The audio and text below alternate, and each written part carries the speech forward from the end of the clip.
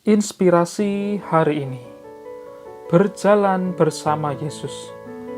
Injil Matius 11 ayat 28 dan 29. Marilah kepadaku semua yang letih lesu dan berbeban berat, aku akan memberikan kelegaan kepadamu.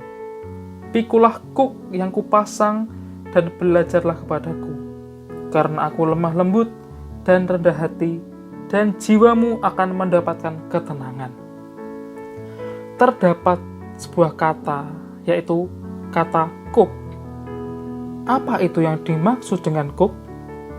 Secara definisi, kuk adalah sebuah perkakas yang dikenal sebagai alat yang menghubungkan dua atau lebih lembu menjadi satu, yaitu sebuah palang kayu dengan jepitan kayu vertikal yang memisahkan kedua binatang penarik bisa menarik beban yang berat.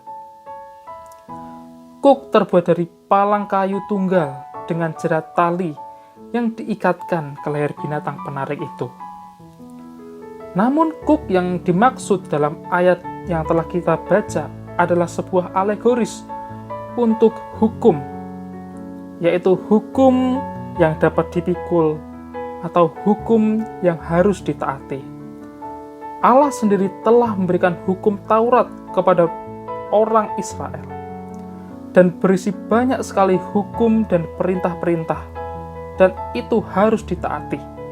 Jika melanggar satu hukum Taurat saja, maka berarti melanggar seluruh hukum Taurat. Dan artinya semua hukum itu haruslah ditaati dengan sempurna, suatu hal yang sukar untuk dilakukan. Namun, Rasul Paulus melakukan seluruh hukum itu dengan tidak bercacat, alias sempurna, seperti yang tertulis di dalam Filipi 3 ayat 6. Rasul Paulus menganggap sebelumnya telah mencapai kebenaran yang dicapai karena ketaatan kepada perintah-perintah yang bersifat lahiriah. Namun setelah Paulus menerima Yesus, ia sadar bahwa semua itu sia-sia, bahkan dianggapnya sampah. Paulus sadar kesalehan dalam mentaati hukum Taurat hanya sebatas hukum, tapi bukan menurut kebenaran Kristus.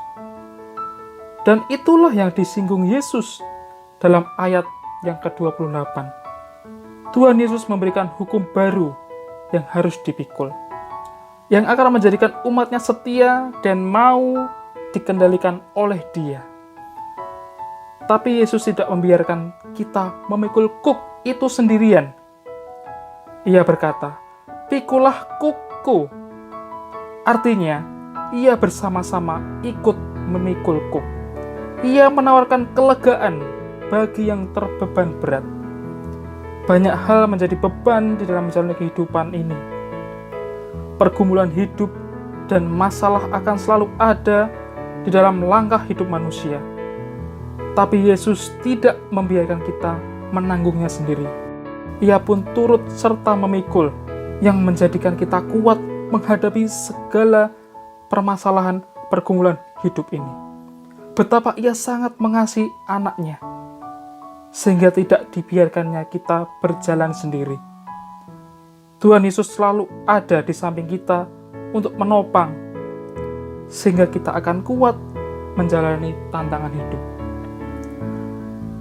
Mari kita ambil keputusan supaya kita yakin menyerahkan segala beban. Kita percaya bahwa ada Yesus yang sanggup menolong, sanggup menopang kita di dalam menghadapi segala sesuatu di dalam kehidupan ini. Percaya kepada Yesus Kristus, Tuhan dan Juru Selamat kita. Amin.